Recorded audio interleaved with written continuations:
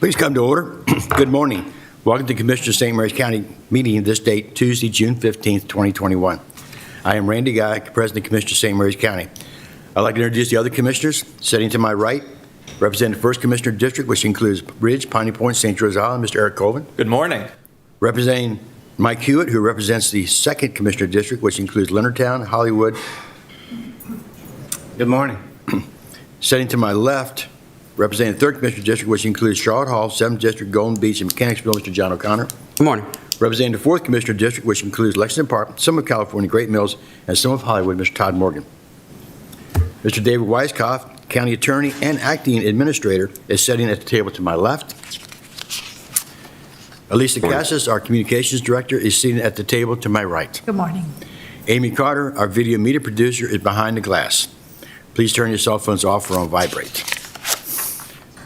At this time, we have the invocation and pledge by Commissioner Connor. Please stand.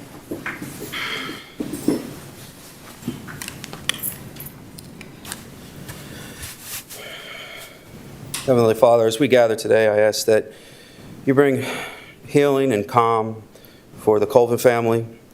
I ask that you be with the citizens of this county that are being subject to gun violence that is surrounding them rapidly. I also pray for our law enforcement that they will go ahead and find these individuals, that you will guide them, that the people that they work with will be forthcoming on the people.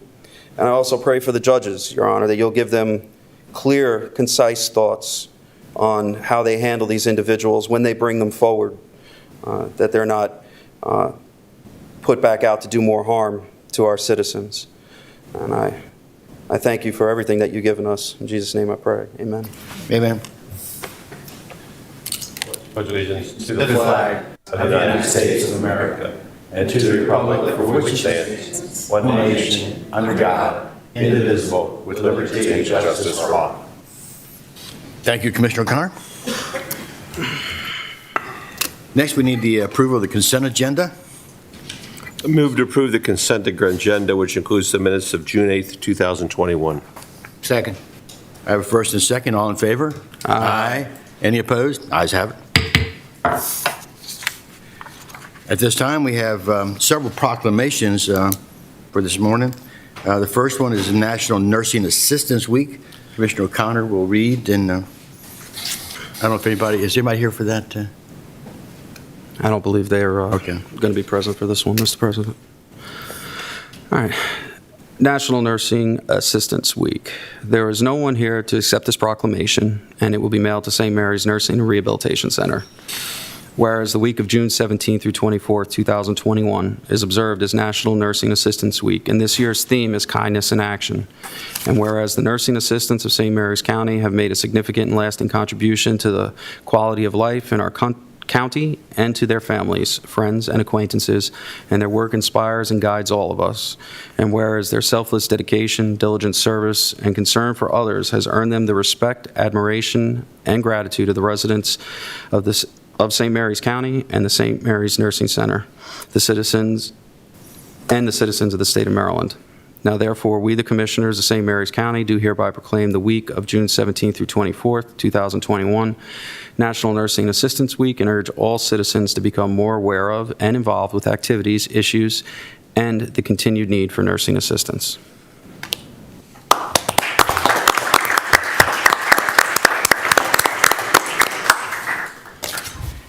Thank you. Next, we have a World Elder Abuse Awareness Day. Commissioner Colvin. Very good. So this proclamation is being accepted by Lori Jennings Harris, the Director of Aging and Human Services, and Rebecca Kessler, our Home and Community-Based Services Division Manager. So thank you all for being here.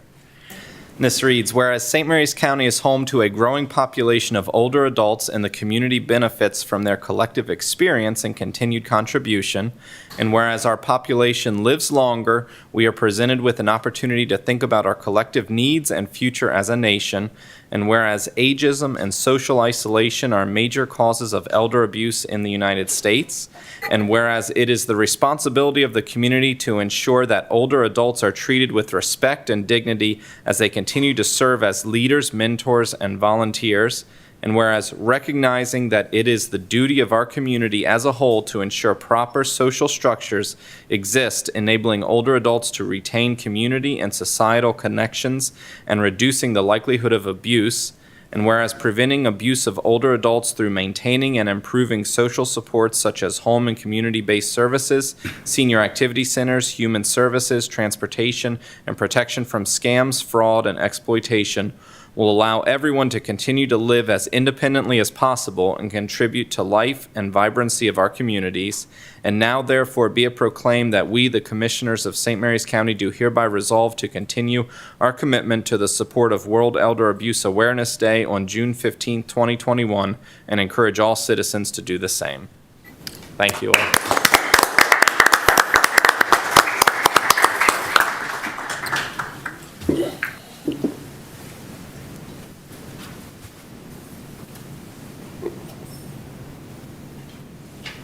Commissioner Gardner, would you take that? Perfect.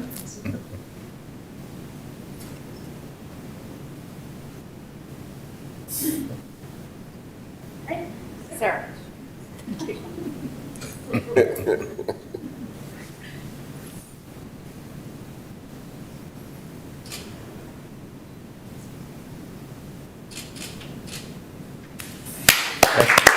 Rebecca, Lori, did you want to say any comments before? We rushed into pictures. I didn't know if you wanted to say anything.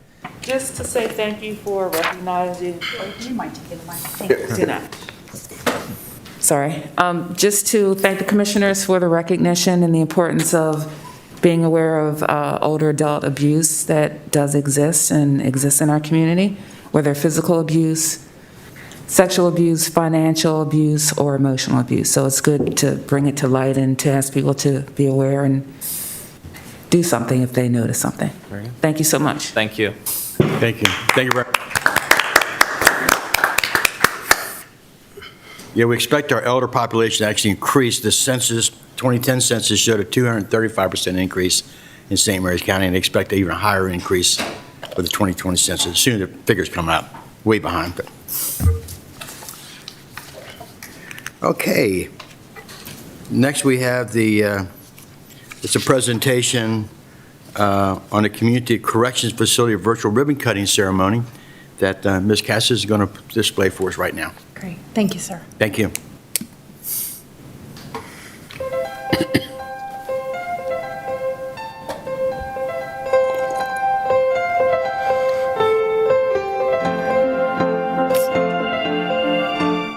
I am Commissioner President Randy Guy, and on behalf of the Commissioners of St. Mary's County, welcome to the virtual ribbon cutting of the St. Mary's County Community Corrections Facility, a collaborative project. The facility was built to allow for continued medical and behavioral health services to the detention center and pretrial release population under the social distancing needs of the COVID-19 pandemic. Going forward, the Community Corrections Facility will continue to offer enhanced opportunities for various programs. Thank you to all of our partners, including the Sheriff's Office and the St. Mary's County Health Department, for their hard work, and we hope you enjoy this virtual presentation. It's my pleasure to welcome you to the ribbon cutting for the Community Corrections Center. This facility will serve several roles, and a number of our partner agencies will also be served, all in the furtherance of our community's welfare. This building was particularly exciting for DPW&T to work on. We worked with the Sheriff's Office and the Health Department to create a special location for a very special joint effort that they have, the pre-trial program and other programs that they run with a multiplicity of other partners. That groundbreaking program that helps people awaiting trial with whatever problems they may have that contributed to them facing the upcoming trial is the critical mission of the pre-trial program. We had a very short period of time to deliver the building, and the interaction of both agencies that brought it to reality inspired us. Thank you, Dr. Brewster, for finding the grant that made this a reality. On the DPW&T team, special thanks go to Gary Whipple, Randy Mazinski, and Drew Kelly. Thanks again. So for a long time, public health and the criminal justice system have intersected on the issue of rehabilitation of those who are incarcerated and those who are at risk for incarceration. In public health, our mission is to protect quality of life and to promote health for all people. This mission drives us to explore why those involved with the criminal justice system as a whole experience worse health outcomes than the general population. It also asks us to find out why poor health, including drug use and neglected mental health, is contributing to a cycle of recidivism in the criminal justice system. That's why our team at the St. Mary's County Health Department is truly honored to partner with the St. Mary's County Sheriff's Office in launching this new Community Corrections Center. This facility will allow expanded access to behavioral health treatment services and recovery supports for those who may have had trouble getting access before. It will give us the space to really dig deep into the roots of crime and to repair what's been hurting. Our organizations have a common goal to help our community members get into healthy and more productive life patterns while keeping everyone safe. Through the new Community Corrections Center, we can support health and healing for our most disconnected residents. And this venture is about promoting equity and breaking the cycle of recidivism in a way that benefits our whole community. I'm grateful to Sheriff Tim Cameron and his awesome team for their forward thinking and advanced leadership. They've certainly led the way for St. Mary's County and the state with their solutions-focused genius on many matters. Their pretrial supervision program and this new Community Corrections Center are no exceptions. We're eager for the positive outcomes and for the hope that this facility will nurture. And thank you, Sheriff Cameron, for your wise and thoughtful leadership. Your whole team brings both passion and compassion to the work of public safety. You're not just saving lives, you're also creating futures. The St. Mary's County Detention and Rehabilitation Center prides itself in the use of alternatives to incarceration and offender rehabilitation, which has profound effects on not only the inmates and offenders, but also their families and our community to reduce recidivism and restore family connections. In fact, rehabilitation was added to the facility name a few years ago. The detention center is a congregate living facility wherein sharing of infection is an alarming concern and disease prevention is paramount. When the detention center opened in 1989 and for many years thereafter, the will of society was to incarcerate as many offenders as possible with little thought to rehabilitation. Of course, there have always been inmate programs. However, offender reentry and alternatives to incarceration are now law with the Justice Reinvestment Act and with the movement from incarceration to community corrections. With COVID-19, there was an undertaking to release as many inmates and offenders as possible to the community for the protection of all. On March 1st, 2020, the pretrial supervision program had 67 offenders. The number on pretrial supervision peaked at 142, a 121% increase in the numbers of offenders being watched successfully in the community versus incarceration. The reality is the public lobby cannot safely be utilized to prevent introduction of infection and disease protection for all the users or the inmates in this congregate living facility. While the expansion and renovation project is greatly needed and fulfills the housing demands of the female inmate population and medical necessities of all incarcerated at St. Mary's, the original facility nor the new addition were never designed with the number of office spaces and program rooms to accommodate rehabilitation. I would be remiss in not pointing out that the renovation project will address much-needed air conditioning as well as upgrade the 32-year-old security systems. Over the years, every square inch of the existing space has been converted and repurposed with the goal of rehabilitation. The facility administration and extremely understanding staff were able to make it work until COVID-19. Program staff had to be assigned to telework, which worked in the interim. However, long-term does not work in a service-oriented business such as rehabilitation and community corrections. To safeguard the detention center, inmate population, and ensure office space for the community program staff members to safely work, as well as meet with the offenders, a community corrections center plan was formulated. Originally, the plan was presented as a budget recommendation in January of 2018. However, funding was not available for the project at that time, and we were told no. And for the record, I have been told I'm not no a lot. Fast forward 2 years, the COVID-19 pandemic and the CARES Act grant funding presented an opportunity to make the Community Corrections Center a reality. While county government could not fund the lion's share, Dr. Brewster at the St. Mary's County Health Department envisioned the safety of the Community Corrections Center and committed the monies to further the much-needed program for offender reentry. With Dr. Brewster's vision and most importantly willingness to fund, a partnership was formed, and the Community Corrections Center has become a long-term community solution.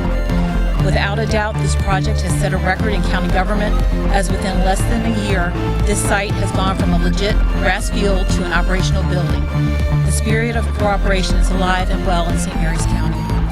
The Community Corrections Center will be utilized by the Community Supervision Unit, home detention, drug court, and the pretrial supervision programs, as well as community partners such as the St. Mary's County Health Department, Parole and Probation, Social Security Administration, Workforce Development, Motor Vehicle Administration, College of Southern Maryland, Literacy Council, and the Friends of the Library, to name a few.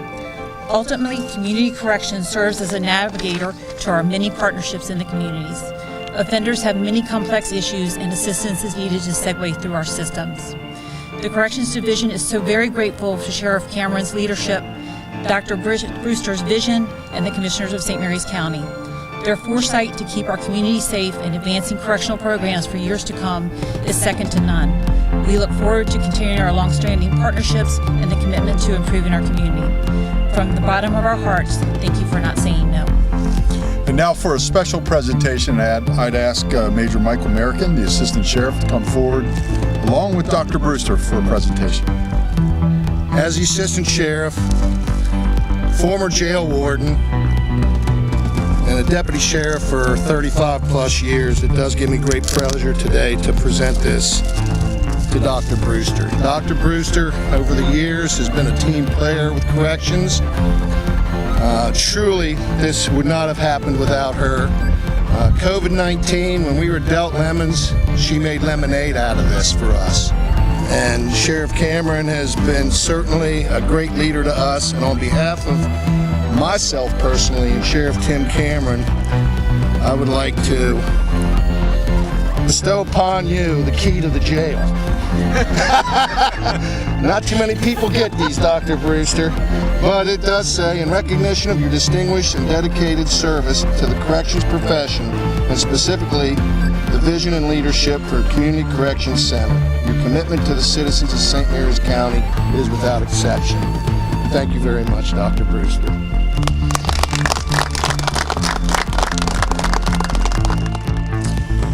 So I want to thank everyone for being here today with us, especially our partners in this facility.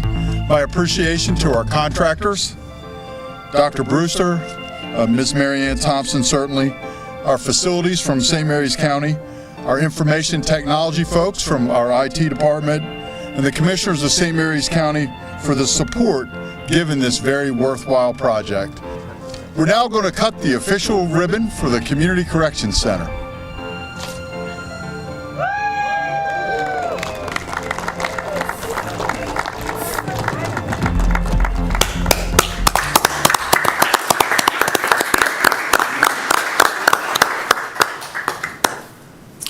Thank you, Lisa Cassis, and thank you, Amy Carter, behind the glass, for the hard work on this. Y'all do a great job in doing these presentations. We do appreciate it. Next, we have on our main agenda, the Department of Human Resources Years of Service Awards that Ms. Catherine Preston, our Director of HR, is going to present. I think this is a 10-year presentation. Yes, it is. Yes, Okay. the last of We'll give it up. We'll give it to you now. It's up to you now. Thank you, Commissioners, and good morning. Is this on? Yes, it is. Good. Okay, great. Thank you.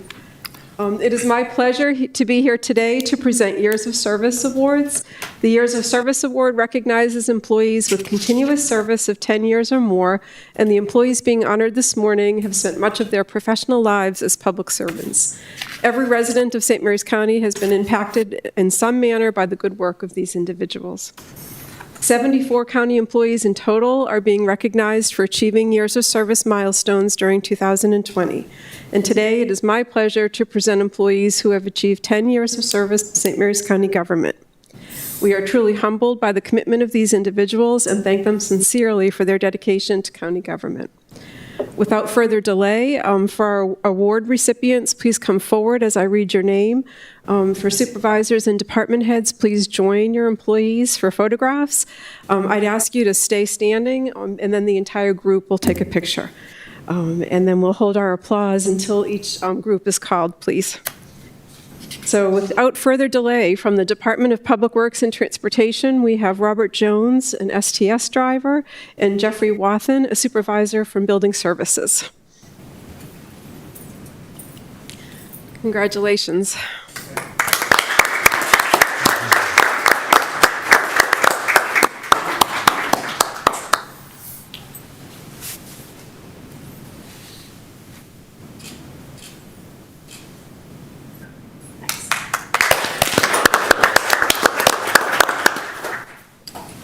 From the Department of Emergency Services, we have Kirsten Shea, an accreditation manager. Woo.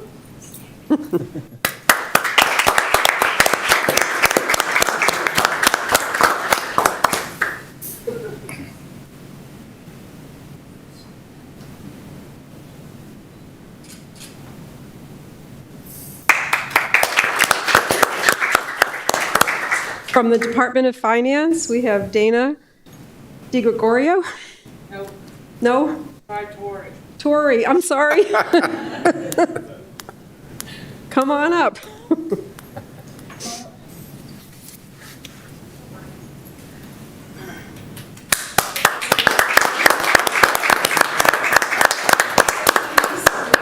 Denise.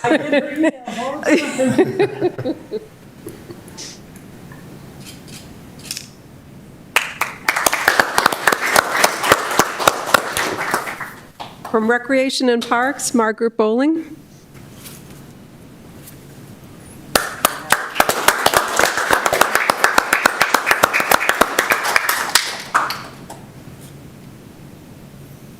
Congratulations.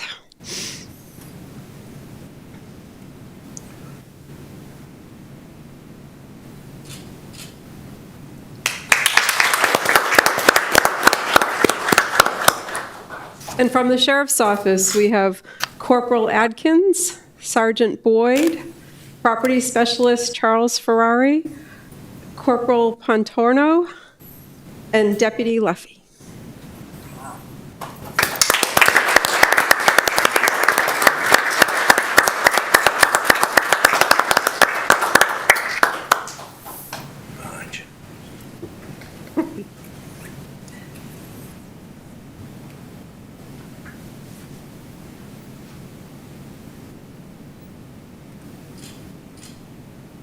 Congratulations. Great, thank you. Everybody stay up, just stay up here. One more. Come on down, everybody. Let me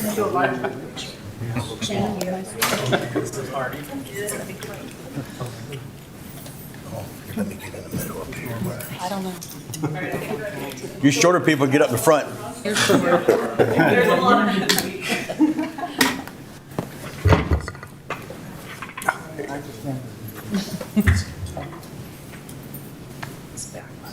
Can we go ahead and go forward? We may have to.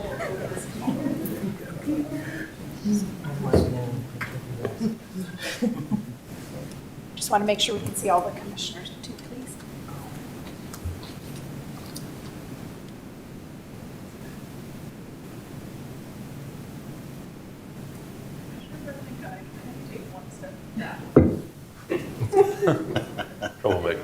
Troublemaker, always.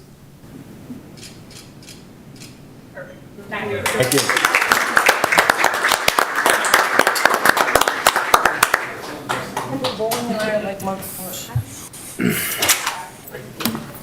Thank you.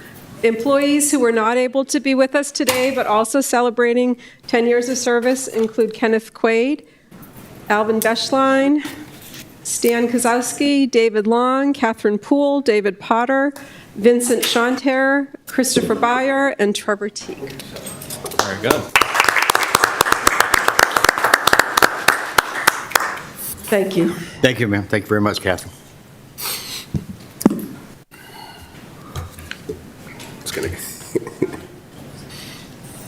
Next on our main agenda, we have the Department of Finance, St. Mary County Metropolitan Commission resolution refunding DHCD bonds. All those are participating, please come forward. Morning. Morning. Morning. Good morning, Commissioners. I have here with me Patty Stigman, the CFO over at Metcom, and Joy Potter, I think, was coming, or maybe not. We are here today. The county's bond council prepared the county's resolution and has signed for legal sufficiency. The county's resolution pledges the full faith and credit and unlimited taxing power of the county to pay the principal and the interest in the bonds. Patty Stigman will now present and provide further details. Thank you, Patty. Thanks. Good morning, Commissioners. This morning we have 3 bonds that we are refinancing, the 2012, 2013, and 2014, an amount not to exceed $30,400,000. The current rates that we're paying on those bonds is between 3.4 and 4.3%, and we're able to get 1.79%. Generally, we refund through Department of Housing and Community Development, but they did not have enough agencies to pull together for a refunding, so we used our consultant, Joe Mason at Davenport, and went through the RFP process. Was it a local bank or another bank was chosen, or how was it funded? We got 8 bids, and it is funded through West Banco. Oh, good. Yep. I know they're not Formerly local, was but they Old are Line. local. Yeah, formerly Maryland Old Bank Line. and Trust, right? Yes. Oh, good. Very good, very good. Well, I move to approve the county's resolution authorizing St. Mary's County Metropolitan Commission to refund the 2012B, 2013A, and 2014A CDA bonds in the amount not to exceed $30,400,000 in accordance with Section 113-2-.3C, of the Code of St. Mary's County. Second. I have a first and second. All in favor? Aye. Any opposed? Ayes have it. Thank you very much. Lastly, you're saving $2 million? 2.1. 2.1 million savings. Tremendous job. Yes. Great Good job. job. Thank you very much. Thank you, Patty. Thanks.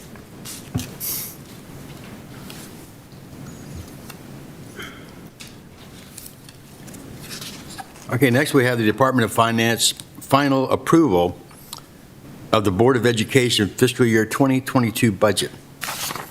Good morning, Commissioners, and I believe Dr. Smith and Tammy McCourt from the Board of Ed are joining me.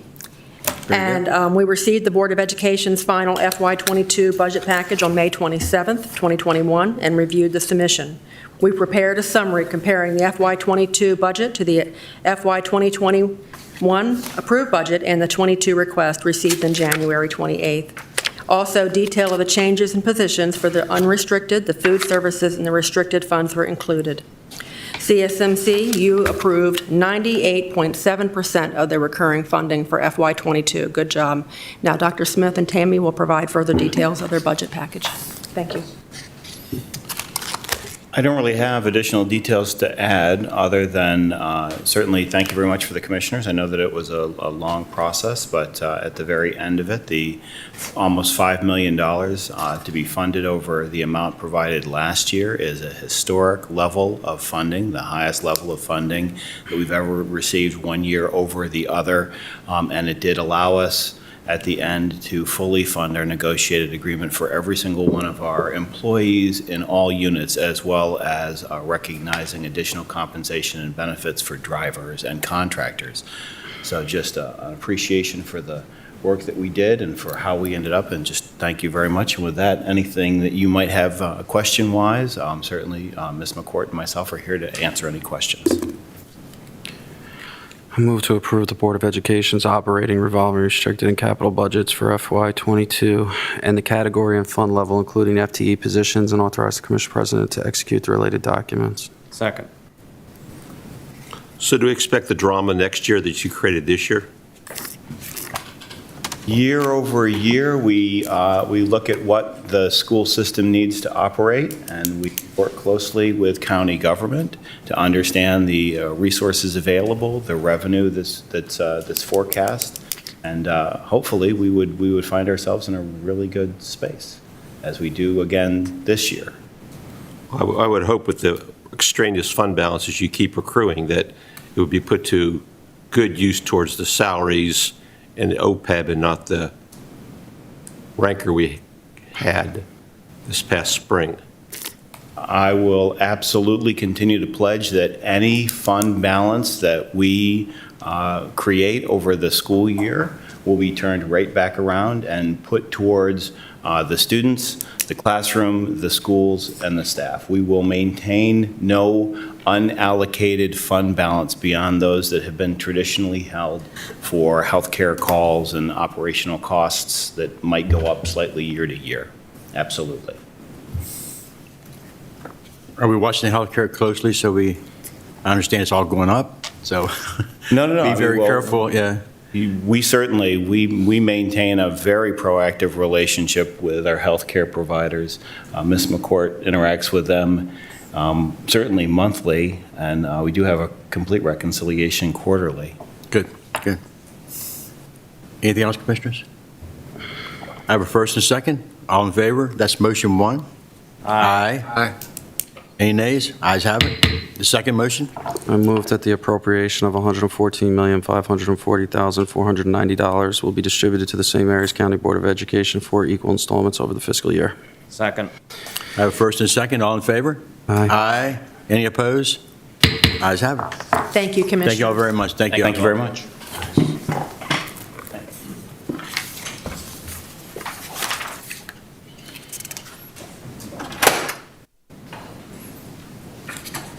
Okay, next we're going to turn it right over to our acting county administrator at this time. Thank you, Commissioner President Guy. First, I have draft agendas for June 22nd and July 13th, as there will be no meetings of the commissioners on June 29th and July 6th. And so for Tuesday, June 22nd at 9 a.m., you'll have the invocation and pledge by Commissioner Morgan and the approval of the consent agenda. You'll have a commendation on John C. Raley's retirement, a presentation by the St. Mary's County Sheriff's Office District 3 virtual ribbon cutting ceremony, a presentation by the Department of Human Resources for the People's Choice Awards, and also the 2021 Safety Matters Award. And then at 10 o'clock, you'll have a Department of Human Resources request for a public hearing regarding the LoSAP Point Award process for calendar year 2021, and then county administrator time, followed by commissioner's time. And then for Tuesday, July 13th at 9 a.m., you'll have the invocation and pledge by Commissioner President Guy, approval of the consent agenda, and then you will have the St. Mary's County Board of Health, and then a proclamation for the National Park and Recreation Month, followed by county administrator time, commissioner's time, and then followed by a closed session regarding personnel, boards and commissions. And also remember that night at 6:30, you'll have a public forum. Okay. And those are the draft agendas. Moving into county administrator time, the first thing on the agenda is the Maryland Department of Agriculture Fiscal Year 2022 Cooperative Agreement between the Maryland Department of Agriculture and the Commissioners of St. Mary's County. Present is Mr. Lane Heimer, agronomist and administrator of weed control for the Maryland Department of Agriculture. Good morning. How are you? Yes, I wanted to, I appreciate the time to get with you. Again, I'm administrator for this statewide program. Andrew Bowles here is a ag inspector with the Maryland Department of Agriculture and is responsible for Southern Maryland.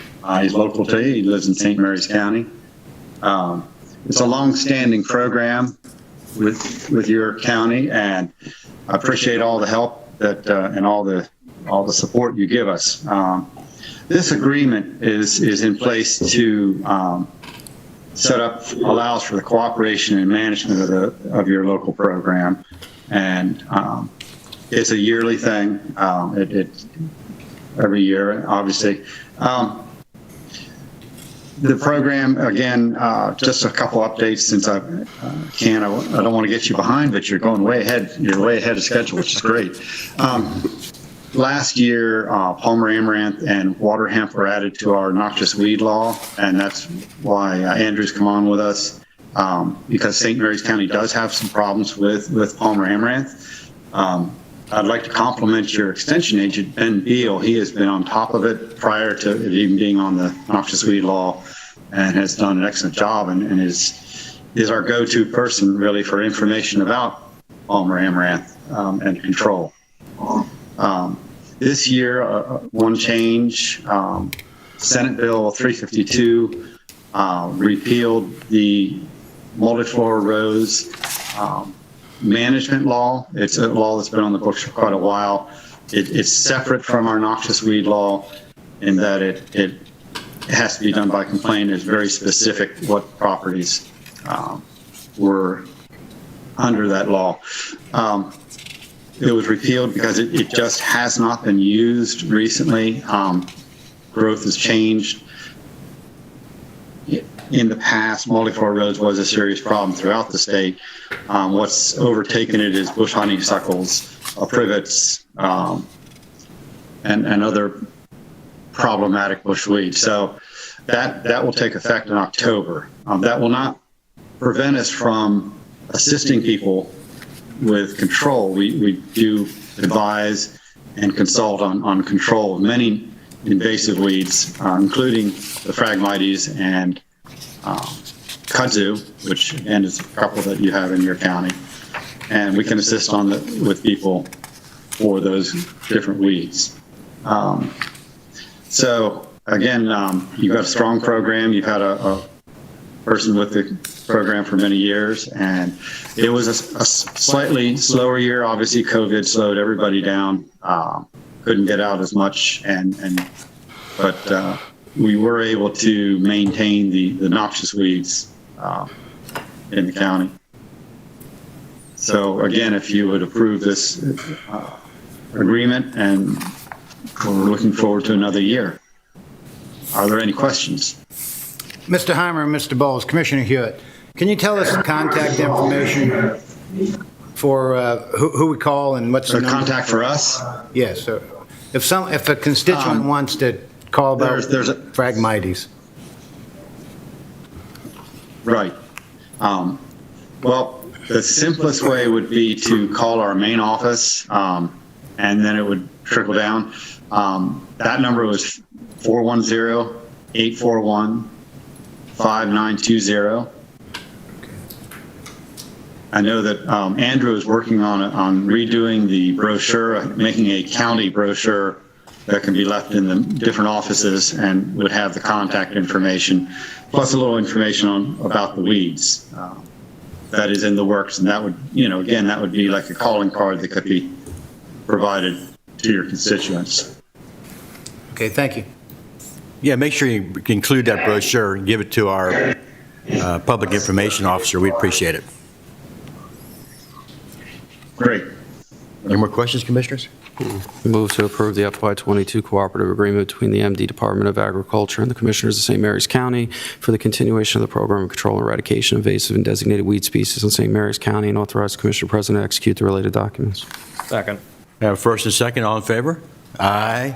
Any opposed? Ayes have it. Thank you, Commissioners. Thank you, sir. Next on the agenda is the Sheriff's Office Sex Offender Compliance and Enforcement in Maryland, the fiscal year 22 grant application. Present is Captain Willenborg and Lottie Bell, Fiscal Manager. Good morning, all. Morning, Commissioners. Good morning. Mr. Weisskopf. This FY22 grant opportunity is a recurring grant offered by the Governor's Office of Crime Control and Prevention.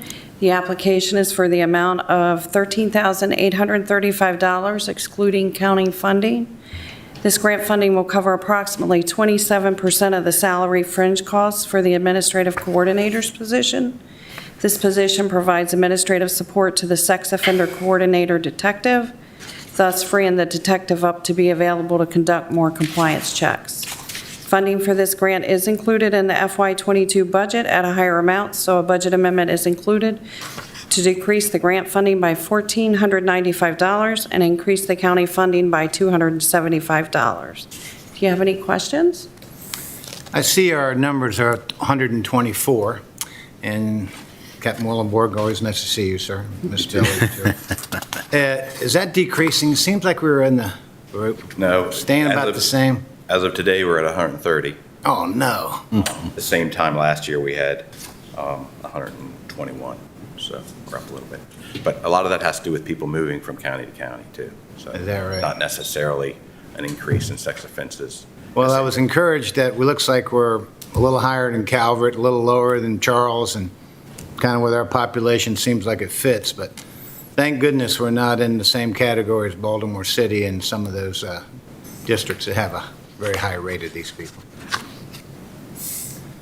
I move to approve the FY22 Sex Offender Compliance and Enforcement in Maryland Grant Application, Project MD 2224, from the Governor's Office of Crime Control and Prevention on behalf of the St. Mary's County Sheriff's Office in the amount of $13,835, excluding county funding, and authorize the Commissioner President and Sheriff to execute the related documents and staff to submit electronically.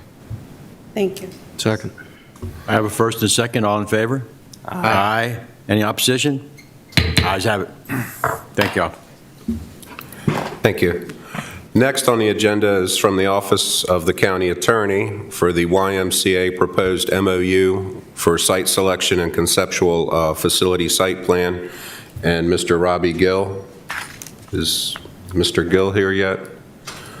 Okay, I guess we can pass that one until Mr. Gill gets here. Next is Department of Economic Development, Annual Memorandum of Understanding with Visit St. Mary's, Maryland for tourism responsibilities. And present is Chris Casalemas, Regina Faden, and Barbara Zapato, the Executive Director. Thank you, Mr. Weisskopf, and good morning, Commissioners. Perfect timing for... Just walked. We're running a little ahead of schedule. Sorry, we're I say pushing. she's running behind, but it's a perfect timing. So thank you for Commissioners today. Today we're asking you to approve an MOU with Visit St. Mary's for the coming year. It's a little bit of background. 3 years ago, the Commissioners approved a 10-year master operating agreement with Visit St. Mary's MD. The 10-year master operating agreement sets in place the long-term relationship between the county and Visit St. Mary's. It states the county's intent to recognize this entity as the primary entity through which tourism promotion will be conducted on behalf of the county, and the county's intent to provide long-term funding for the agency. So the MOU that's before you today states the county will provide $400,194 to Visit St. Mary's for fiscal year 22. This is the same amount as they received in 21. Per the master operating agreement, the county has stated its intention to fund Visit St. Mary's at a minimum of 38% from the previous year's collection of county's accommodation tax. However, on an annual basis, the commissioners are free to provide more or less. The amount of the accommodations tax for FY 2020 was $828,150, which is a drop from the previous year, but the commissioners agreed to provide level funding for the coming year, mostly because it was due to the pandemic that the tax collections were so far down. Sure of that, yeah. The agreement also provides no-cost office space for Visit St. Mary's in the offices of the Economic Development Department over in the Potomac Building. And I think you've met once before our new Executive Director, Barbara Zapato. We're very excited to have her on board. She brings a lot of energy and knowledge to the position. And we also want to recognize the strong leadership of the board, and I think there are many board members here today. So With that, I'll turn it over to, I believe Regina is going to speak next. Okay, good morning. Thank you Good morning. for giving me an opportunity to talk to you this morning. I just want to thank each one of you for supporting and holding the funding level where it was last year, because, or at the $400,000 level, because, with your support, we were able to support small businesses this year, restaurants and others that were struggling during the pandemic, and so it was the leadership of the county commissioners, again, providing grants and working in partnership with Visit St. Mary's that made it possible for some of the places I like to go to survive a very, very trying year. And so the other thing I want to do is just, again, introduce Barbara. She's been with us less than 2 months, but she is, you'll find, very bright and very engaging, and we interviewed her the first time, like, she's the one. We want her here. We want her working with us. No pressure. She's been all over the place. I've She seen has. you around all over the place. So. So anyway, so I'll turn it over to Barbara and just say, again, thank you all, and thank you for being good partners to us and to the business community. Thank you. Thank you. Thank you, Regina, and thank you, commissioners, for having me here today. I still have the nerves, but I'm excited to be here, and I want to mirror what both of my colleagues said in thanking you for the continued support, financial support. It was a hard year for everyone, and so what I've brought today to present to you is not an overview of last year, because we're all trying to move forward from that for sure, but I thought I would introduce you to sort of my strategic thinking of how we're going to grow the organization and how we're going to support the county in doing that. So with your indulgence, I have a few slides to share, and I guess I'm supposed to just say next slide to you. Okay, so next slide. So anywhere we start, we have to talk about what our mission is. And our mission, as you guys know, and this was defined before I got here, is to serve this community and the economy of the county by designing, developing, and supporting tourism assets, and by attracting overnight visitors for the economic benefit of the county. Our vision, I'm not going to read off of the slide. It's basically to really make this place known as a distinct destination for a really unique tourism experience. The history, the community, the rural nature, the untouched nature of the water, all of that makes this place extraordinarily distinct, and that's what we want to amplify and celebrate. So how do we do that? Next slide. The first thing is we're starting with a fresh start, as a lot of people are as we come out of this pandemic. And the plan here is to make sure, I appreciate Mr. Colvin for noticing that I've been out there. I'm trying to introduce myself to everyone and introduce the organization and our mission to the community. And I'm introducing myself to all of our local partners, of which you guys are very important, as are many of the people in this room. I consider our partners to be the core, the key to our organization.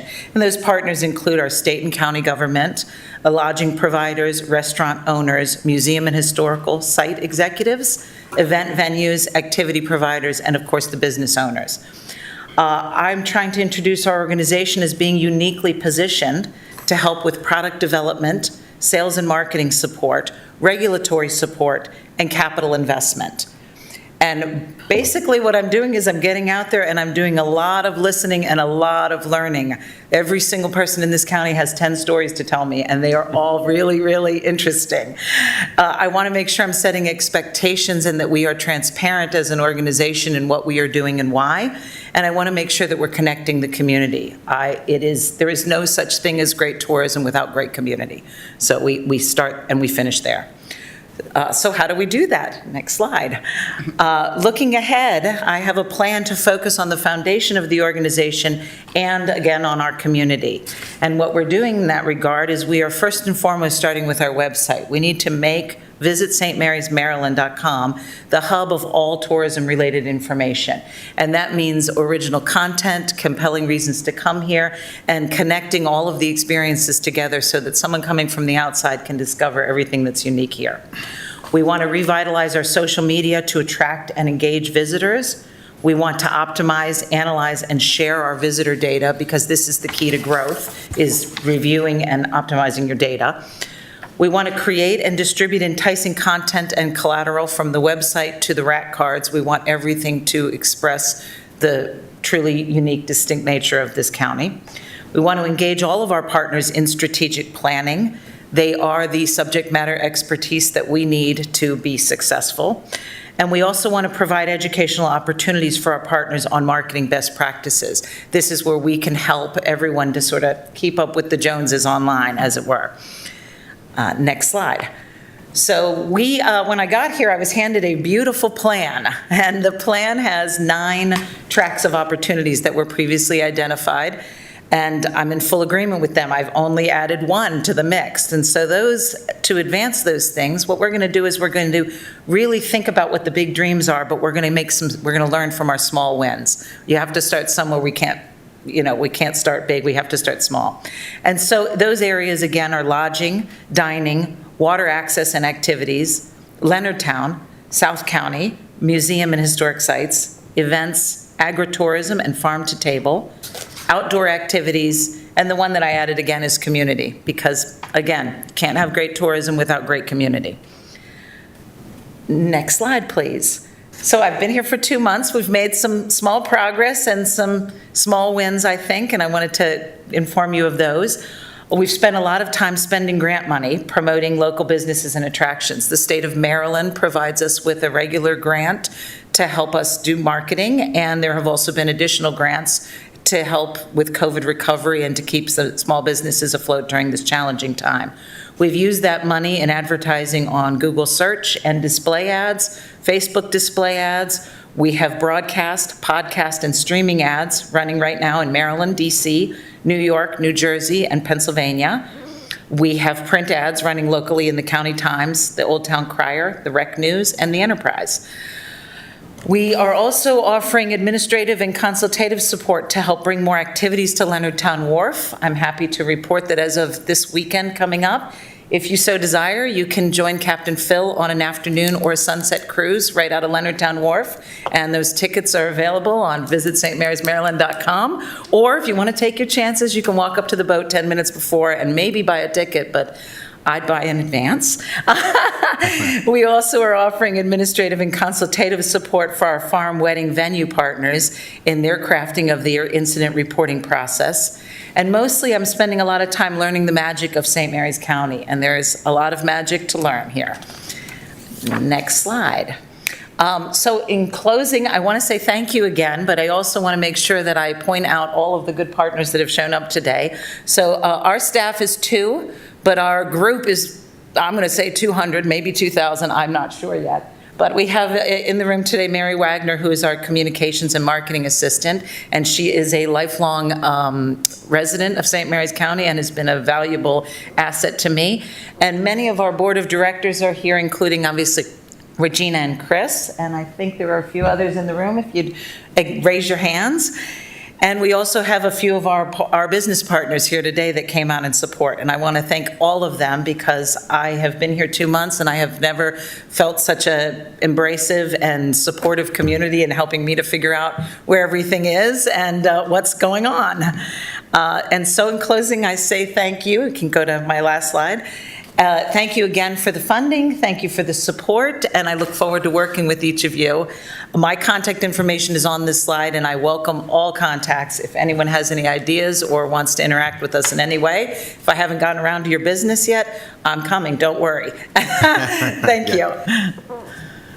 Well, thank you very much. I met you down at St. Mary's City during our first visit for the new fort discovery. Yes. And I like your enthusiasm, and Visit St. Mary's, or tourism, is a big part of our community, and we want to do everything we can to increase that and let people see how St. Mary's County, what we really have here to offer. And I'm very excited about the first landing, of course, in St. Mary's, not first landing, but St. Mary's City's as the first capital of Maryland, and the discoveries we're finding there. I lived down that area. I was born and raised down there, and the only thing I saw was fields of corn. Years ago, there was nothing there but being farmed. And all of a sudden, we dig down a few feet, and we found all these unbelievable artifacts. So it's great that we're discovering that. And that's a part of our tourism, and like everything else in the county. And so I appreciate your hard work, and we look forward to continuing. And maybe this year, things will start busting open for us. Yes, they will. Thank you. Commissioners, anyone have anything else?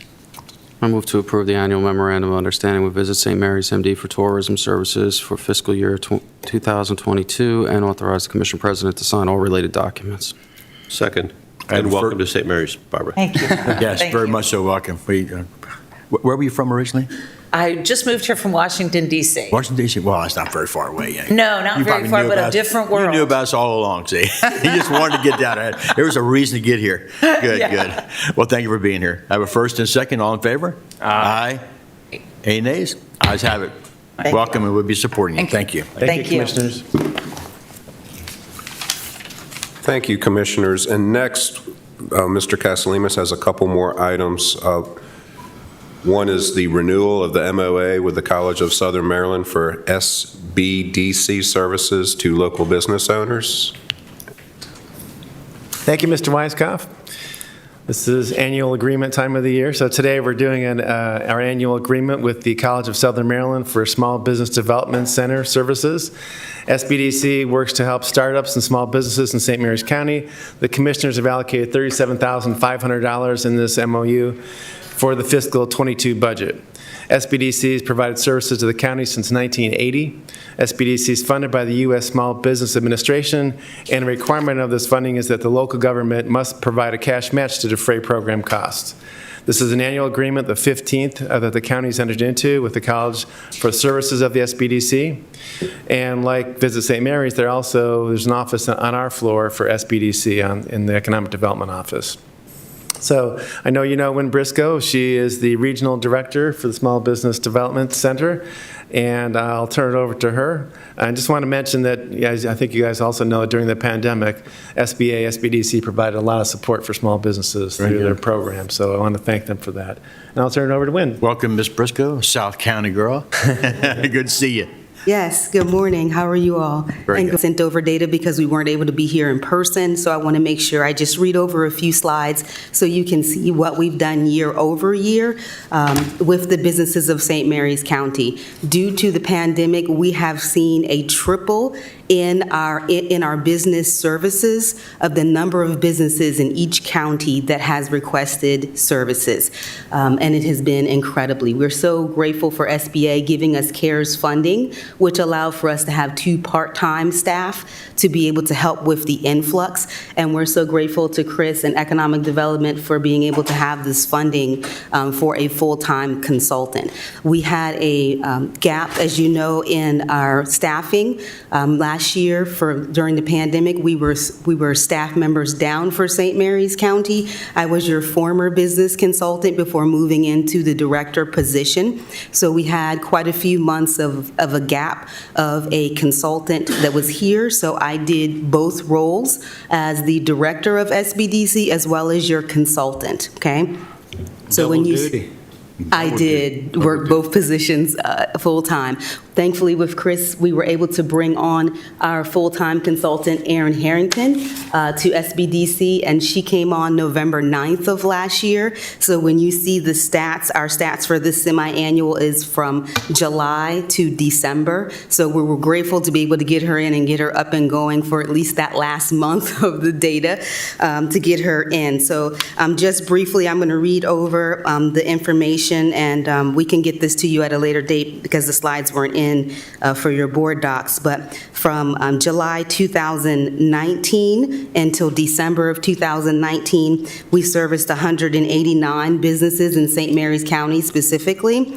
And for July through December of 2020, we serviced 306. Okay, for the number of new first-time businesses from that previous period forward in 19, we had 29 new businesses come on board. In the last fall period, we had 69 new businesses come on board. The difference in the consulting hours ranged about the same for the number of businesses, ranged right around 1,200 hours that was put in for those new businesses. Training events went from 4 the previous year to 10 for this reporting period. Training attendees ranged around, for that time, around 25 for those particular courses. And the business starts, which we're really happy to be able to maintain that with the staffing that was limited during that time frame. We were able to have 8 new businesses start from scratch during that period. One of them you are very familiar with. I worked with her from the beginning, and that's Peggy Benzel with Pier 450. So super excited to be able to get her off of the ground and get that business in South County up and thriving. And most people know Pier 450 now as a great restaurant on the water there with the boutique hotel and a great venue space. So that is one of our brand new businesses that we were able to get up and going and launched in that reporting period among the other 8. And the jobs that were added during that time was 260, which we're super excited to see employment come up with businesses that were newly opened. They were able to then bring on more staff. And the capital growth that we saw from the previous year, believe it or not, went from 1.7 the previous reporting period to 32 million in that next reporting period. So the businesses were actually growing and thriving. And I've had numerous people ask me about the businesses that were closing during the COVID period, and to be very honest with them, to let them know that many of those businesses were already struggling. They were already kind of on that teeter point and did not have the cash flow, the working capital to be able to sustain them beyond a month or two, which we always advocate for businesses having working capital, having their savings, having their cash flow reserve of at least 6 to 8 months. And if they would have taken that sage wisdom, they would have been able to at least bridge a gap until there was relief funding. But for those that were not prepared, the COVID pandemic definitely brought to surface those businesses that were not prepared and to their demise. And so now we see more businesses revamping their cash flow, understanding that savings is important because, again, you never know what could happen, not just a pandemic, but just life. And to know that if you run a business, you need to make sure you have your savings in can. So I think that's a really important point. And as you know, I taught this stuff for years at the colleges. Yeah. But not only should a business prepare for 6 months, but households should prepare for 6 months. Absolutely. And as much as I recognize you're concentrating on those businesses for 6 months, but I really believe it's important also for families to understand a 6-month savings plan in case of another pandemic, a job downturn, something like that. So I appreciate you bringing that up. Absolutely. We are here to give them sage wisdom. So from the household to the business, and again, it's a behavior pattern on savings. So helping them to understand the minimum of 6 months at home and the minimum of 6 months in your business would definitely help to reduce the burden that was levied on everyone. Thank you. So that's very key. And the capital infusion that was put into those businesses from the previous reporting period was 5.3, and in this reporting period was 7.2. So we're really excited to see the growth. We have a tremendous number of startups that has happened in St. Mary's County due to the pandemic, whether it was job loss and people decided to go ahead and live their dream, or whether it was just taking on a separate, we see what we call the side hustle, starting more and more of people taking on a separate initiative from their full-time employment. So we're here to support those existing startups, but more importantly as well, the existing businesses to be able to know that we're here, we're no cost for our services, and we want to reiterate that. America's SBDC has been established for 41 years and is a taxpayer's resource. So if they're not utilizing our expert consultants, we have one in every county. You have one here right in Leonardtown next door at the Potomac Building. And to know that we're here to assist for all of the existing businesses, no matter your size.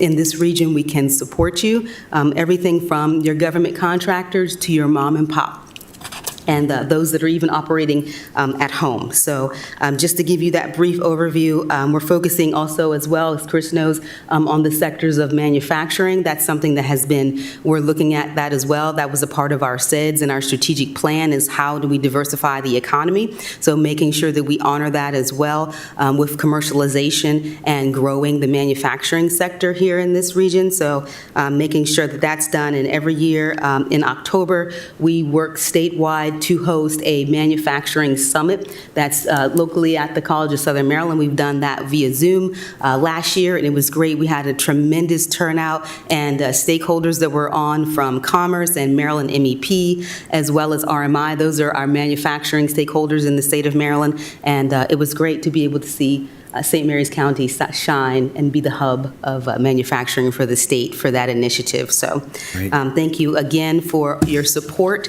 and your funding. We are greatly appreciative, and we thank Chris for the space, and Erin Harrington, if you have not met our newest consultant, she is in the office, and definitely you want to connect with her. She is bright and phenomenal and a go-getter, and she is here to assist the businesses of St. Mary's County. So thank you. Thank you, Ms. Briscoe.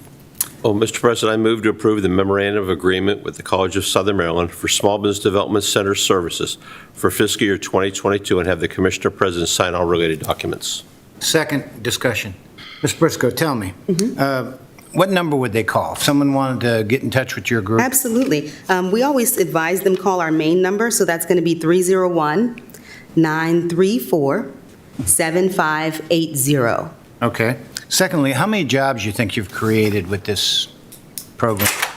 Well, according to the data, the jobs that were created down here is 260 during this particular reporting period, which was July 1st through December 31st of 2020. Oh, that's good. That's for this particular reporting period, which was the tail end of the But during the last year. pandemic, you created that many jobs? Yes. Wow. Yeah, exactly, during the pandemic, right, 260, and the year prior, it was 33.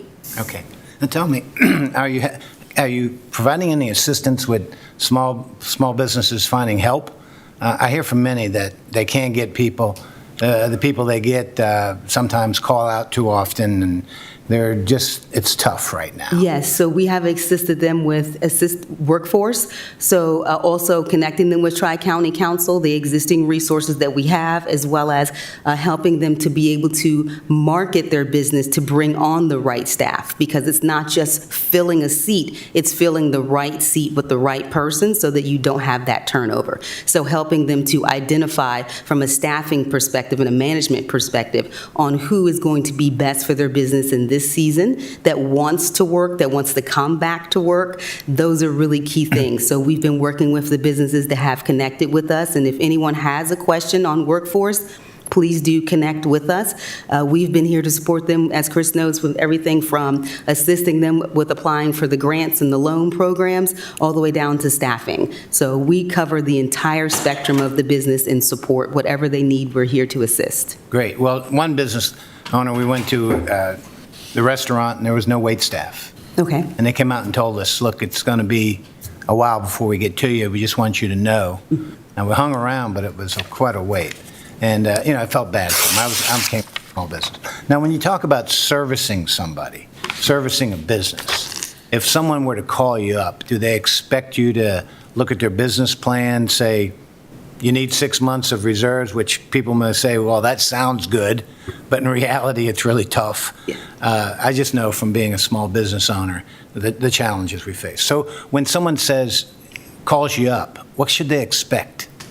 So we're very, very hands-on, so they should expect someone to be there to walk them step by step if they're a new business. Is that you're referring to, a new start? Well, anybody you're helping now. Yes. So when they make the first call, from there, we're responding back to them within 24 hours to let them know that we will have a consultant be in touch, and they're going to be in touch within a 24-hour period. And from there, whatever their needs assessment is, we're going to walk them through that process. So again, if it's business plan review, if it's an existing business that needs staffing assistance, or if they're in assistance of needing to apply for SBA loan or any of the county funding or any of things of that nature, then the consultant for that county is going to be in touch with them. We have a consultant dedicated to each county in the region, and from there, they'll address it step by step. If that consultant is not able to fulfill that problem or that concern, then they will bring in another consultant. We work together collectively within our region. All 3 consultants work together,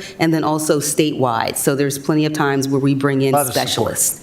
Lastly, no cost to the business? There is no cost, and it's never been a cost. This is a taxpayer's resource funded by the Small Business Administration, our state and county resources combined. I knew the answer to that question. I just wanted to hear you say it. Yeah, I'm always out being the outreach champion for SBDC to let them know this is your taxpayer's resource. Whether you use us or not, we appreciate you paying your taxes, but please come and utilize the service that you're paying for. I think the people need to know the success stories that are behind it, because some people are skeptical about, is there red tape in the process? And there's always some sort of process. I don't want to say it's red tape, but the SBDC helped me significantly starting my business. From there, they helped me grow my business from consulting to security services to help secure funding for a live scan machine, building a app that's currently in the App Store for law enforcement officers.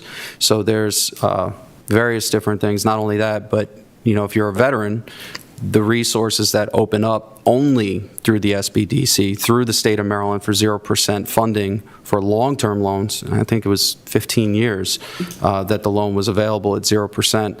I think you can get up to $50,000 for that loan. And, it's significant. Yes. And that's what helped me get my live scan machine, because they're expensive.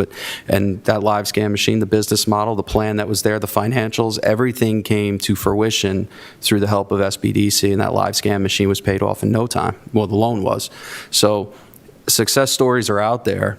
You just got to work through the process. So my business wouldn't have been in existence if it wasn't for the SBDC and their help that went along. So I do appreciate that, and I know my business partners do as well, now that they've joined the business.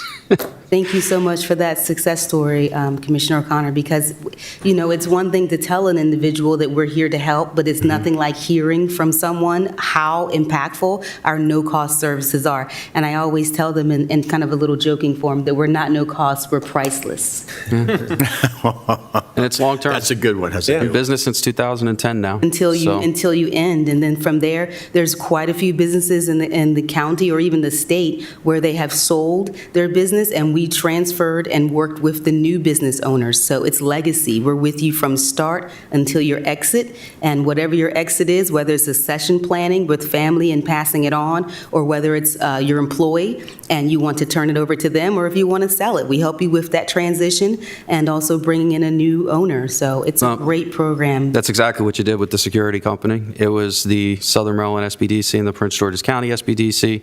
Yep. And it was, I'll tell you, it was very impactful, because I sold the security company, or novated, whatever you want, the term that was used, the contract. So it was great. I mean, really seamless from here across the state. It doesn't matter. That's exactly great communication. So people need to know that, and they need to utilize your services. And we just brought on, and with the CARES funding, it allowed us to bring on 2 part-time subject matter experts. So we have one now that's, his name is Dan, and that he is a retail, restaurant, and hospitality consultant. And then also Tisa, who is our government contracting and construction consultant. So now we have, in addition to our core staff, we have 2 subject matter experts that have been phenomenal with helping people get started in those fields and those existing businesses to help them grow.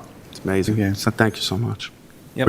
Were you able to help out some of these people in the restaurant business, especially because most of them were in-house sit-down, then all of a sudden they had to convert to carry out outside dining? So when the pandemic first happened, we reached out to our restaurant owners, and that's when we connected with them and let them know, again, the word that you've heard continuously, right, is pivot, and to let them know you have these goods coming in, they are perishable, let's change the model since your dining room is closed. And I recommended to as many as possible to go to that commissary and that marketplace model to be able to, instead of preparing that steak or preparing that chicken, now sell that, or sell those eggs, sell the dairy that you have, and the dry goods.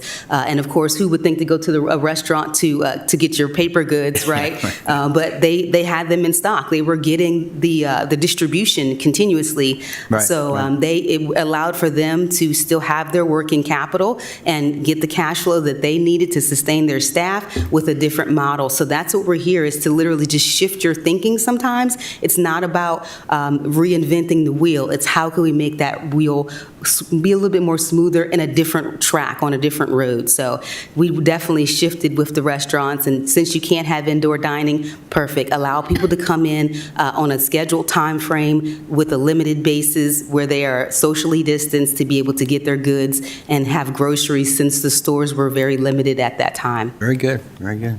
So thank you, Wynn, for all you do. I see you everywhere. You're the busiest person in the county, and you really are boots on the ground, We are, hands-on. yeah. So it's good this morning to hear kind of your boots on the ground economic report about just how the situation's looking, and it's good. It's good information for us to get, so thank you. Thank you. If you hear of any business that has a challenge, I need to know about it. Very good. Thank you. Any other questions, Commissioners? I have a first and second. All in favor? Aye. Any opposed? Ayes have it. Thank you all very much. Thank you, Commissioner. You all have a great day. Thank you, Ms. Briscoe. Thank you, Lynn. Thank you, Commissioners. And the Department of Economic Development has one more, which is the transfer of bond allocation authority. Mr. Castellanos? Yep, thank you, Mr. Weiskopf. Today, we're asking the board to approve a transfer of bond allocation authority to the Maryland Department of Commerce and the Maryland Department of Housing and Community Development. This is an annual thing. Each year, the Department of Commerce notifies the county of the amount of bond authority that can be used by the county or transferred back to the state. The total amount includes a portion for housing and non-housing portion. In January, the Department of Commerce notified the county of its non-housing bond allocation authority in the amount of $1,487,165, plus a bonus amount of $371,791, for a total of $1,858,956. Furthermore, the county was informed that the housing allocation authority is $4,337,564. It's recommended that the county transfer the allocations back to the state, which has been the practice for the county in the past. The housing allocation allows the state to fund housing programs or issue mortgage credit certificates. As a reminder, these allocations are simply bond authority limits, not actual bond funding. Our bond council reviews this every year, and they recommend continuing the practice of returning the bond authority back to the state. This protects the county's debt affordability level and also eliminates the county labor and costs associated with the bond issuance. In addition, these funds are available for projects in St. Mary's County. So we recommend commissioners continue the practice. I move to transfer both the housing and non-housing allocations of the county portion of the 2021 Private Activity Bond Authority to the appropriate state agencies and have the Commissioner President sign all related documents. Second discussion. Just a quick question. When we transfer this back, is the state required to use this bond authority here in the county, or could it be used, can these agencies use it in other counties? The housing authority portion is used back here, so that our housing authority gets to use the mortgage bond issue, those things. The rest of it, it's just available at the state level, and if we need to tap into that, we have that ability to. But it's really, like I said here, it's the authority to issue those bonds for private practices. It would be a little problematic for us, but if we had a big project, we could always use this authority for tax-exempt bonds. Any more questions, Commissioner? Got a motion? I motioned and he seconded. Got a motion second? I move to, okay, all those in favor? Aye. Any opposed? Ayes have it. Sorry about that. Thank you, Commissioners. Thank you, Commissioners. And I see Mr. Gill is here, so we'll take up the YMCA MOU for site selection and conceptual facility site plan. And my office did provide a memo. Basically, the MOU is going to provide a couple things. It's going to allow the YMCA to create a task force to look at the two site selections, Nicollet Park and the one by Great Mills High School pool. And then once that's done, they will also, in your package, they provided the person they were going to use, Grow Development LLC, for the pre-design and conceptual design phase. And then once that's done, they would bring it in front of the commissioners. Is that a fair summation of our MOU, Mr. Gill? Yes, sir. I don't know if you had anything to expand on it. We've had great success with Grow as a company. I've used them 4 different times, and the product that we've gotten has been outstanding. So I highly recommend them, and it'll give us a conceptual design on the 2 sites so we can really go from there and determine where we think the best location is. And then they can work directly off of the market study that was done to make sure the facility design itself addresses those core amenities that need to be a part of the facility to meet community needs from program service standpoint. Wasn't Grow previously on the video with us, Zoom or Microsoft Teams or something? No, so that was Triangle 2. Okay, I apologize. Yes. Thank you. Mr. Gill, you have two projects going on on the Eastern Shore, one in Kent County, one in Queen Anne. And those are in the same budget range as the budget that St. Mary's County has. How are those projects going for you? Sure. So the Kent County project is currently under construction and scheduled for completion at the end of December. Okay. And going very well. We break ground on our project in Queen Anne's County June 30th. We're going to go ahead and get all of our site work done now with material costs being elevated, to say the least. We're going to hold till the fall to lock in our contracts for steel, but should begin building that building in late fall. And typically a Y construction project timeline is between 16 to 18 months, depending on weather. But yeah, both are full steam ahead, which is really exciting. Both those projects have been, Queen Anne's County has been in the work for over a decade, and Kent County for about the last 4 years. So excited. Those communities are very excited, and we're excited to be at a stage where we can celebrate that. Good. So, Mr. Gill, when we look at this timeline, GROW, they're going to look at both sites and then come back to us, and we narrow down and decide which site we prefer. Because right now I prefer the Great Mills site. I think that makes more sense personally, but just trying to get an understanding of that. Yeah, I think there's some broader conversations that need to be had. So when you talk about the Great Mills site, we needed to have a conversation with Parks and Recreation and county leadership to determine is that facility going to be standalone? Is it going to be connected in some capacity to that pool? Mm-hmm. What does that relationship look like? And as far as the site goes, then where do you put that facility? And then within the park itself at Nicollet Park, you've got passive recreation that's around there and the skate park and other pieces. And so where would the Y sit? Right. How do you make sure you're designing that in a way to where safety and security of people because you're going to increase traffic, 100-fold there. So how do you make sure that that's designed in a way that everyone's comfortable with it? So I think there's some logistics on both sites that need to really be worked out. And then ideally, to your point, we come back and say, okay, here's what that relationship at Great Mills would look like, and where the facility would go, and how that ebb and flow would look from a service standpoint. And here's what that looks like at Nicollet Park. And then we'll have this task force of folks that kind of help navigate that. And then ultimately, from there, make a collective decision, ideally, with everyone kind of in agreement, what that looks like. Right. And who would be on the task force locally? I thought I saw in here that it would be some local people in there too. Sure. So I've been given some names of individuals. There needs to be county representation on that group as well.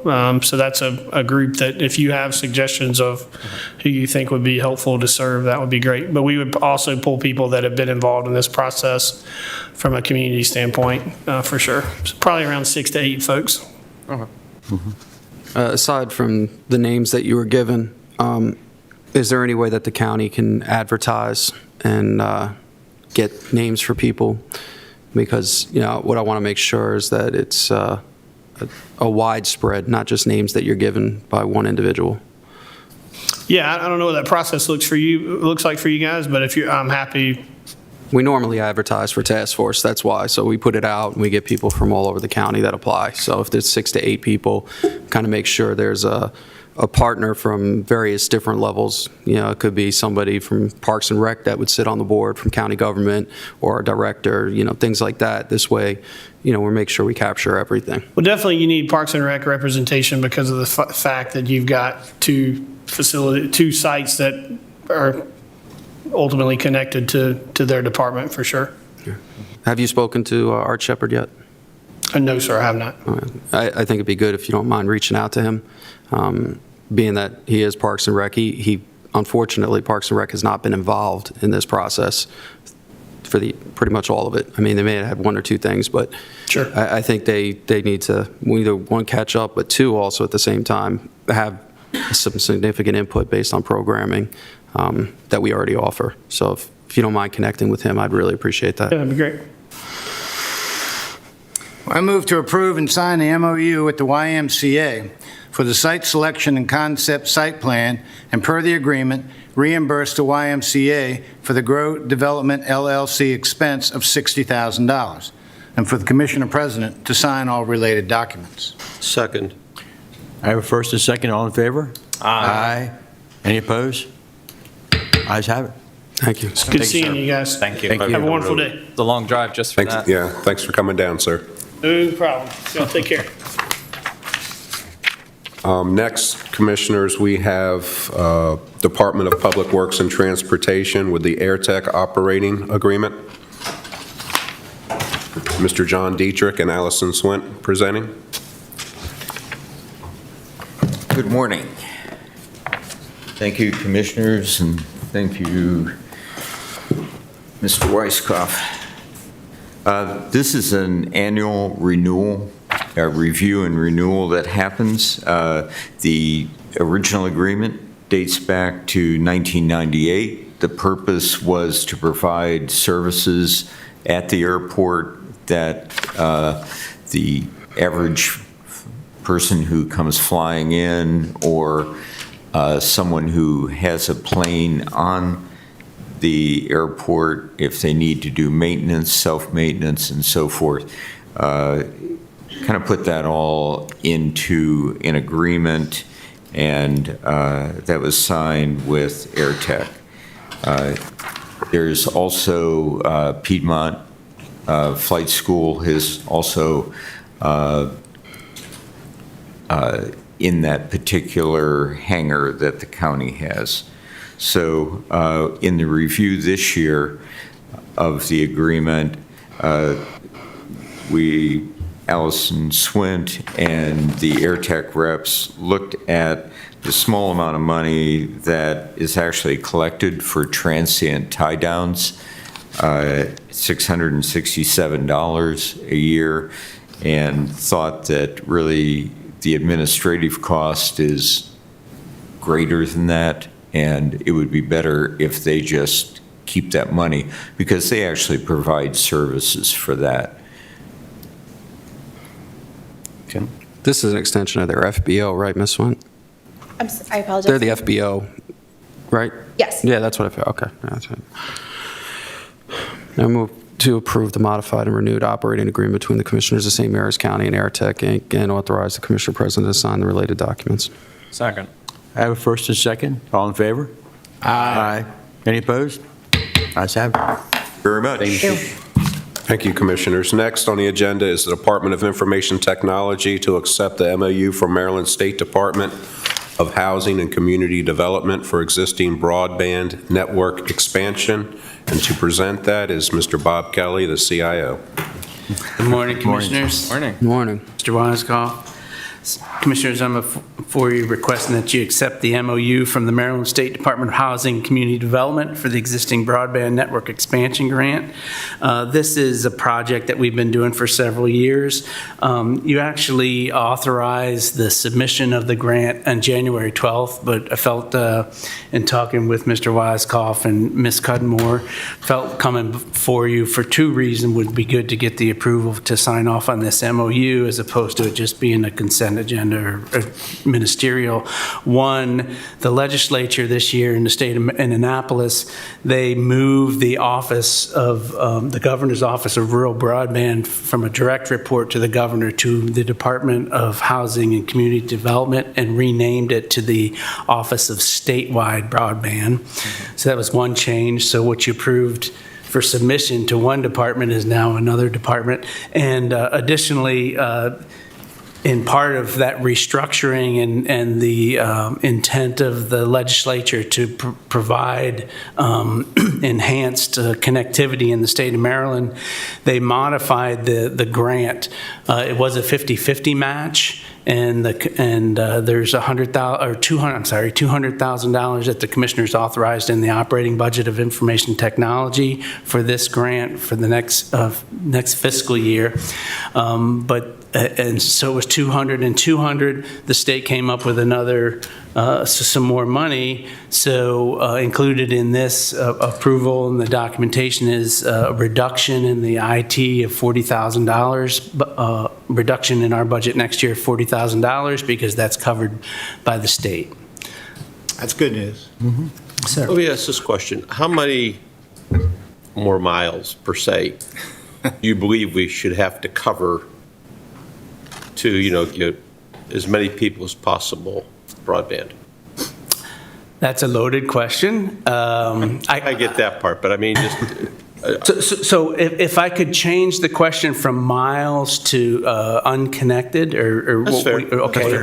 That's So up until about 2 months ago, we were concentrating on residential areas, and so we had really, really good numbers because we've been working residential for the last 5 or 6 years. And then with what was happening at the federal level and connectivity and at the state level, they're looking at connectivity to everybody, so every address. And so part of what the legislature did in Annapolis this year is they tasked this new office of statewide broadband to have 98% connectivity statewide by 2027, I believe is the date. And so that caused us, when they were having those discussions and they finalized that caused us to roll in our commercial, and so we've been dealing with residential. So right now, we're not completely done with the commercial assessments, but I can tell you that we're at about 3,000 addresses, give or take 100 either way, that we know, or we either know are not connected or we have not categorized as being not connected yet. Well, that's okay, because Commissioner Guy and I are 2 of those 3,000 along the way. I think 3. Commissioner Coleman, so. Yes, it's always challenging to come before and talk broadband when 3 out of 5 of my bosses do not. We're not connected. What I become concerned about is President Biden came out last week and made an announcement that says from now on, federal workers can all work from home, or it's going to be put forth that they all can work from home by an executive order. So since we have such a large quantity of federal workers in the county, not only who work at PACS but work up the road, my concern becomes, how do we hook them all up since the president says they like to work from home versus using DSL, to use DSL and one uses a satellite at this table. And it may be, if the question may not have an answer, I understand that part too. You said 3,000 people, but 3,000 people could be, $3 million or $30 million. It is money, and it's time, and well, time is money. I get that too. Again, we're still assessing. It's a big project. I mean, honestly, I would put St. Mary's County up against anybody in the state. I really would, as far as connectivity. I would suggest that continuing on these opportunities and other opportunities that would be coming down the pike in the next couple of weeks, I think. We're making significant progress.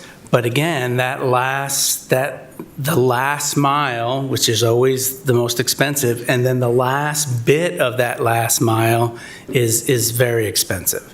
So we are making very, very good progress, and we have some very, very good opportunities to leverage not only our cable franchise agreements. We're leveraging our cable providers, both Comcast and Atlantic Broadband. There's several FCC programs with potentially new providers coming down that have to, in the next 3 or 4 years, they have to provide some level of service down here. There's opportunities that the board will be able to consider, I think it's next week, with part of the American Rescue Fund plans. One of the items that I put in there is a phase one for some towers, which has some very interesting multiple facets, including not just giving better connectivity for your cell phone, but there's at the state level, there's a desire to do some a wireless educational network, which we could preserve some space on the towers that we help perpetuate, and also that has potential of helping getting some infrastructure to those areas where those towers, obviously, if there's unserviced areas of towers, that's because there's limited people down there. So if we can get some infrastructure down there and encourage vendors to go down there, it's kind of a three-way win. And so you get some immediate benefits, you get some future benefits with what the state may be planning, and you get some infrastructure installed in some of our remote areas of the county. And so we're combining all these efforts just like we've been doing for the last several years, and we're in a very, very good place. So, Mr. Kelly, I think you hit the nail on the head with your use of the word leveraging and getting the most bang for the buck. I think you've done a really good job of that, making the dollar go as far as possible to get the most efficient use out of it. And I think this has been one of the side benefits of the COVID pandemic, the investment in our infrastructure for broadband, and just such a huge investment over the last year or two, and the impact it's had. But it's also drawn a lot more attention statewide and nationally to it, with more attention being on the urban areas where people do not have broadband access to. Have you paid attention to that at all, and do you think it will impact the amount of money coming from the state to the rural areas as they look more at Baltimore City and people who don't have connection in Baltimore City? Yeah, I think that's a great point, Commissioner. And my conversations with Dick Gordon up at the Office of Statewide Broadband, he's very very attuned to and very aware that up until this, like you said, up until this point, it's been very rural focused, but now the emphasis is it seems to be kind of turning to urban, but it's a different problem. And it still is a problem that we have. It's not a problem of accessibility in the urban areas. It's a problem of affordability.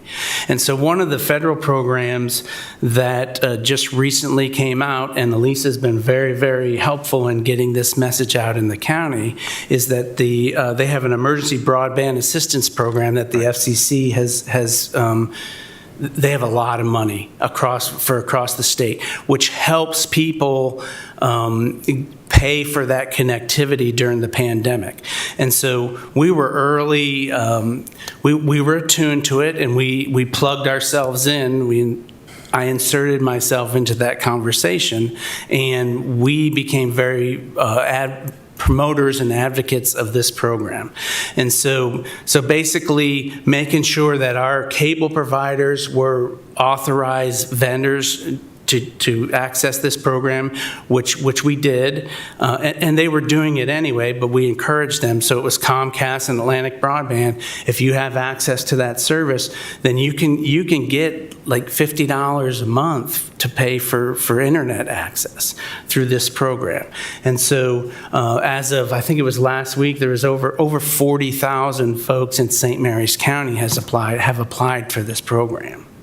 So it's it's affordability, and accessibility. And so yes, do I think that there's going to be some pull from some funding? I think so.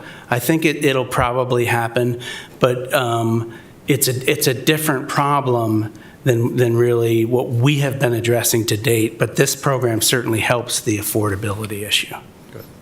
Mr. Kelly, you make a good point. First off, you're doing a great job. Thank you, and thank you for being in St. Mary's County.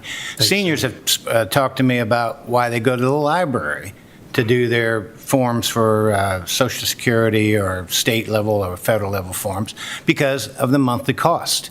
They said, look, this is going to cost me $50, $60, $70 a month, and I can use that money for something else. So knowing about this assistance program, very good. Anything we can put out is great, too. Had two quick questions. On your attachment one, you list a lot of roads here, lanes, roads. Great. I know you've had one lady who reached out to me. I put her in touch with you, and her point was, hey, the road over next to me is done. When they doing me? Thank you very much. I see that road is on here. Will that include the whole road? Does this include the whole road, or does it only go in so far? Yeah, so as our efforts to connect the county have evolved, so has what we consider, so those are middle mile projects, and that's what this grant helps fund, the middle mile projects. So if you think about getting the cable down a road to a cluster of homes at the end of that road, right? And part of that build out traditionally has been that you build out that infrastructure, but then once the infrastructure is laid, you rely on the cable franchise agreement, because that's the providers that are putting it in. You rely on the cable franchise agreement connectivity requirements, which basically is about 300 feet. Okay, so if your home was 300 feet from where that infrastructure was installed, then traditionally and in the past, then you got connected for free. But if you were beyond that, then it was a cost to the customer. Well, since COVID and since the Broadband for Unserved Students grants and the funding for that, we've kind of modified the middle mile project so that to avoid the frustration, exactly what you're talking about. Hey, the county and the state paid for infrastructure down my road. I'm 1,500 feet off the road. There it is right there. Why don't I get it?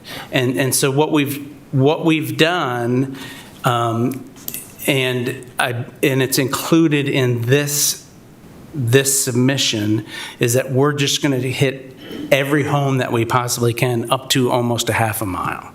So we're trying to go to the very end of the road, so we don't have that frustration. Have somebody who feels like they're left out or stigmatized or discriminated against because of where they live. Absolutely, and we don't have to go back when we're actually, because really we're in this little sweet spot where we're close to finishing up the middle mile. You see the list, and there's maybe a few more homes that are, or a few more roads that may be added to that. But, we're getting close to finishing middle mile where we can really concentrate on the last mile, those 3,100 addresses. So we recognize that, and, the state's in support of it, and certainly the ARP funds support that last mile process. So it seemed to make sense that with this submission that we've modified that approach. Okay, my last question has to do with Atlantic Broadband, which a lot of people express frustration with. And it referred around two calls, or I shouldn't say calls, but people reached out to me. And first one was, hey, look, someone came and they ran the cable all the way up to the telephone pole. When are they going to come and connect it to my house? I said, well, I guess that's call Atlantic Broadband. Oh, we have, but you wait. Can they call you? Who should they call? A loaded question. No, but they're like, look, the cable's right there. A contractor came and did it. How come he didn't hook it up to my house? And I said, I don't know.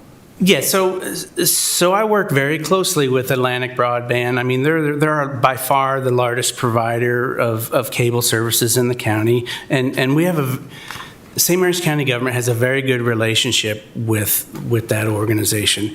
And I would, yes, they can contact me. My point is, do you have a hotline? Do you have like a red phone that when you pick it up, that they'll pick up on their end? Because people are definitely frustrated with the wait time and then finally getting somebody who can't help them.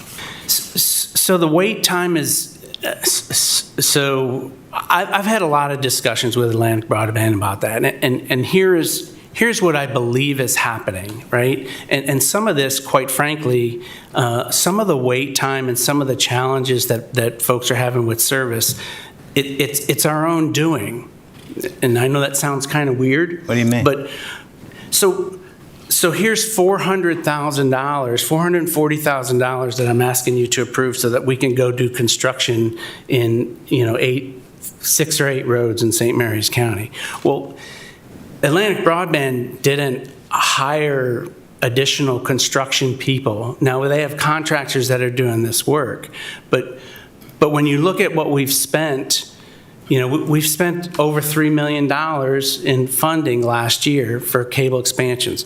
Atlantic Broadband spent $3.5 million in new construction installation last year.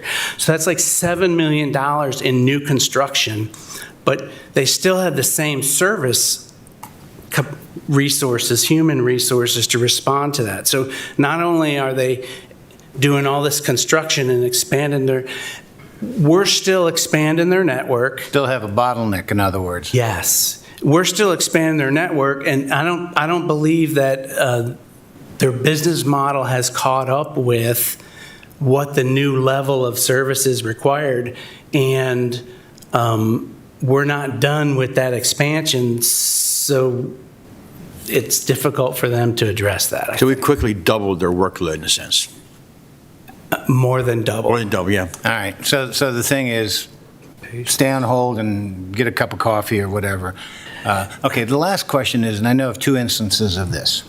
A person called me up, said a car had run into a telephone pole, and that it didn't wipe the telephone pole out, but it, cracked it, and it's a little, that's definitely compromised.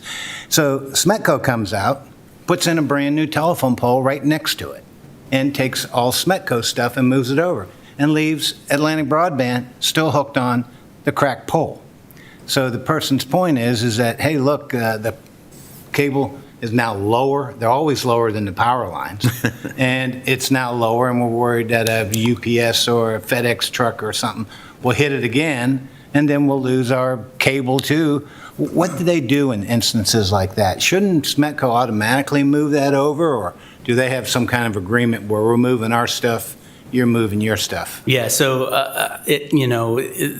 the Atlantic Broadband and Comcast Cable that are installed on Smetco poles, which Smetco owns most of the poles in St. Mary's County, probably 95%, maybe even more.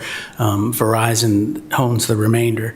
But they lease that space. The cable companies lease that space. It's their equipment. And so I would suspect that it's a liability issue. If Smetco were to move the cables and snap, then so they don't. So it doesn't make sense that when they put the new pole in, they had all the equipment. Why didn't they just move all the lines? Yeah, but it's not their gear, and they don't want the liability, I'm sure. And quite frankly, Atlantic Broadband and Comcast can't go in until Smetco's work is done. The most dangerous stuff is the voltage stuff. So just tell them to call A&B again? Sure. And Smetco notifies the cable companies when there's a utility issue like that. Okay. Now, the other thing to be aware of, and one thing that we're dealing with in all these projects right now, is that Smetco is making an extensive effort on going underground with much of their infrastructure. And so what that means is they decided to go down a road. This is what we ran into at St. Jerome's Neck a year or so ago. And the reason it took us over a year to expand down there is that when we went to go on, the cable company went to go on the poles down there, Smetco said, hey, but yeah, you can do that, but in a few months we're going to be underground the whole way. And so now that's another expense that the cable company has to incur, basically at the whim of the utility company, right? So, hey, we're taking our telephone poles out. Guess what? We've got a few months that we have to go in and we have to go underground. Good news is I think underground, less prone to the cars, accidents and trees and stuff, but it is an upfront expense. Again, it's an A&B call, not a county call. That's correct. That's absolutely Okay, correct. good. I'll just relay. And the good news for the St. Mary's County is our approach to expanding broadband services, our approach to date has been that there is no ongoing cost to the county for this infrastructure that's being installed. Yes, there's expenses. Yes, it's expensive to do the expansion, but it's the commercial entities that assume the maintenance and the upgrades and keeping all that infrastructure in place. It's not the information technology department building a kingdom and installing networks that you're going to have to pay for forever and ever. Amen. So. I move to approve the MOU from the Maryland State Department of Housing and Community Development for the existing broadband expansion in the amount of $240,000 and the budget amendment, increasing state funding by $40,000 and authorize the Commissioner President to sign all related documents. Second. We have a first and second. All in favor? Aye. Any opposed? Ayes have it. Thank you, Mr. Kelly. Thank you, Commissioners. And next is item J, which is the Department of Finance. Jeanette Cudmore, Chief Financial Officer, presenting regarding the budget authority for Tropical Storm Isaias and realign and close out projects to the financial 21 capital reserve. Thank you, Dave. I have John Diedrich here, and I believe Gerald is here, and Steve Walker, who can talk about the FEMA money that we might be receiving for the Tropical Storm Isaias. So we have two different items here. I was going to make this two different board docs, but I decided to combine them since they were both using the FIN 21 reserves. So the first budget amendment will decrease the operating appropriation reserve by over $1.5 million to set up budget authority for the Tropical Storm Isaias for FEMA funding. The current FEMA fund reimbursement submitted totals over $3 million with a 75% reimbursement. Federal funds will also be in place for the operating and CIP, and the final reconciliation, once we receive all the FEMA funding for this storm, then we will be coming back to you for any monies that may be needed from your emergency reserve. The remaining budget amendments will increase the FIN 21 reserve and CIP, transfer tax by $15,687, PAYGO $78,462, and unsold bonds of $1.7 million, and decrease the state and federal by $1.8 million. Of course, that's the piece that's for the Tropical Storm Isaias, for the bridge project and the landfill project. Projects being decreased are the Recreation and Parks facility projects, improvement projects of $8,462, and the Great Mills High School partial roof of $68,376. I have John Diedrich here because we're increasing his project, the transportation plan, by about $60,000. So after all of these items, you'll have about probably maybe $200,000 left in your operating emergency appropriation reserve. So the $8 million helped when we came forward back in May. And then you'll have about roughly $2.2 million left in your FIN 21. And the majority of that is your unsold bonds, which will drop to at the end of the fiscal year. And then we'll come back and set up, probably, I think it's in July, to set up the new FIN 22 reserve. Now, the FIN typically doesn't have a balance associated with like our reserve fund, right? Right. It's actually from the closure and changes in project throughout the fiscal year. Just a repository for whenever we sweep accounts or something. Exactly. I move to approve the budget amendments related to Tropical Storm Isaias, setting up budget authority for OT 2120 in the amount of $1,571,107 and realigning the various CIP projects, increasing the FIN 21 capital reserve by $16,838, and authorize the Commission President to sign the related documents. Second.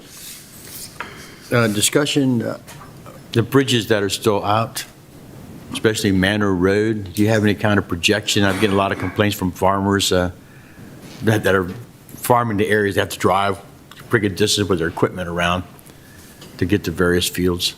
Yeah, the original PO we put out to replace both that bridge and Busy Corner, the contractor's not performed.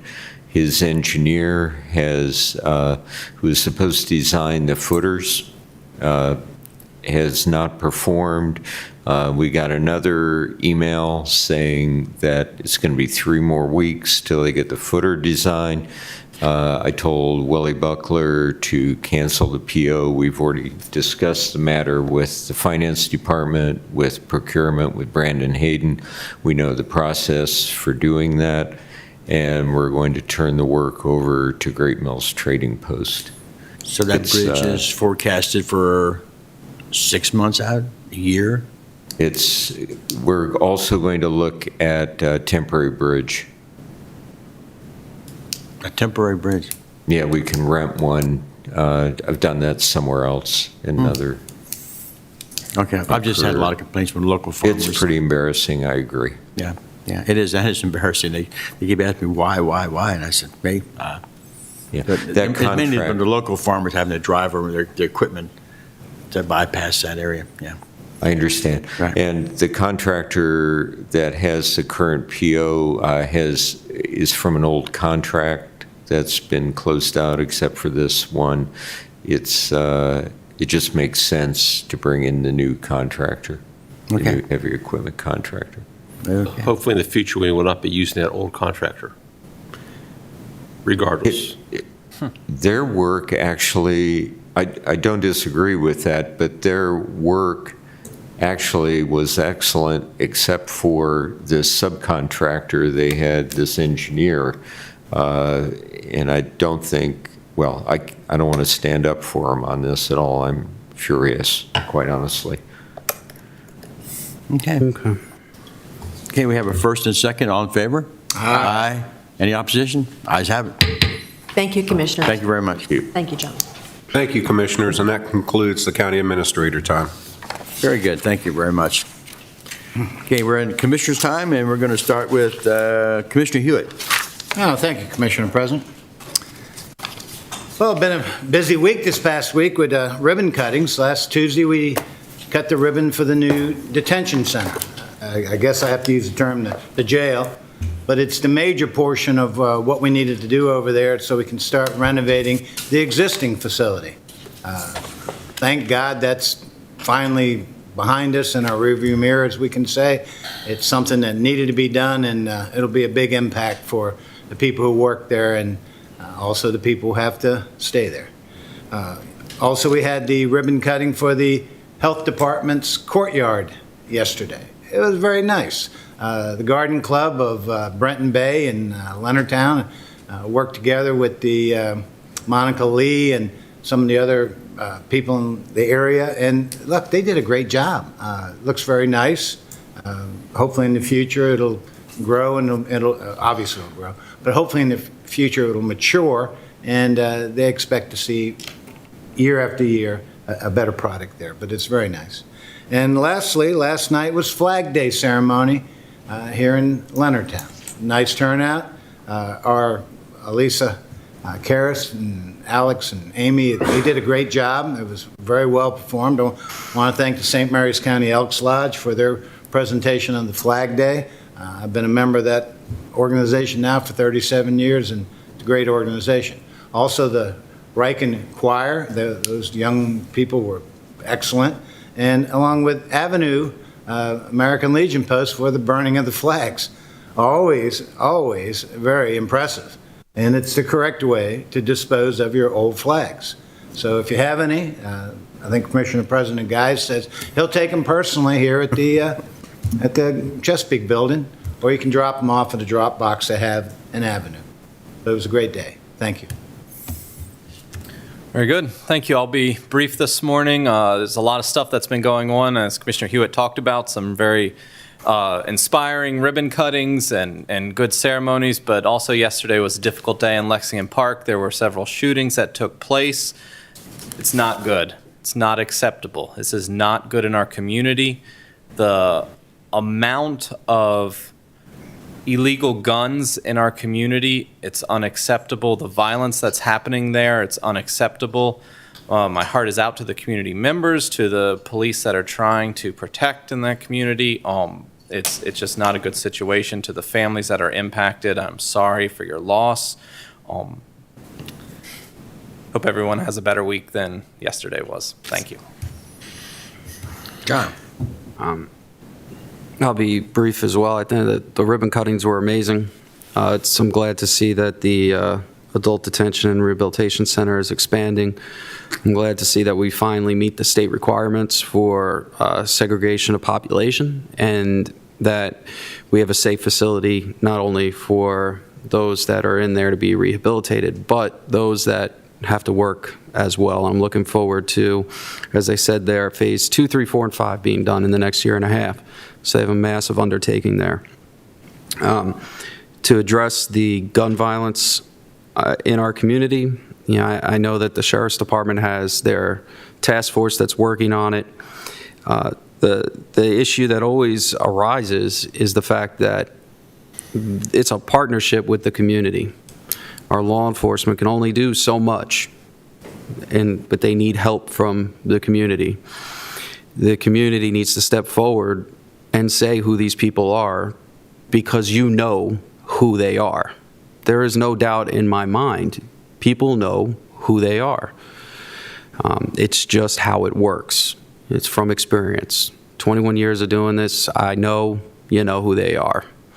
And, if you think the streets are going to fix this, they're not. Live by the gun, you die by the gun. And that's exactly what's going on in our community. The problem here is that we have more victims. And I'm not talking about the person that got shot. I'm talking about the kids that were at our park that were hiding in the dugouts because these criminals wanted to go ahead in broad daylight and shoot somebody. No, it's unacceptable. It's unacceptable at all. And quite frankly, if you're hiding the identity of this individual, you're just as bad as them, and you're a coward, and you're hurting our community. So I hope that our community as a whole steps up, puts some pressure on these people, brings this information forward, because this needs to stop. The retaliation needs to stop, the back and forth. That's it. So I hope our community actually does something on this one. Thank you. A couple things on a brighter note. As Commissioner have identified, we had a great Flag Day ceremony yesterday, well attended. We have the biggest Flag Day ceremony in the state, so I think that's really important to go on with our Veterans Day parade. That St. Mary's County really does make the map for important events honoring our nation. Over the weekend, I want to thank the Southerly folks. We usually have a Southerly gala, but due to COVID, they had to change the venues, and there was a number of venues that folks all showed up for, and they were really well attended. It was really nice just to get out and be socializing again. On Sunday, we celebrated the 75th anniversary of Lexington Park Baptist Church.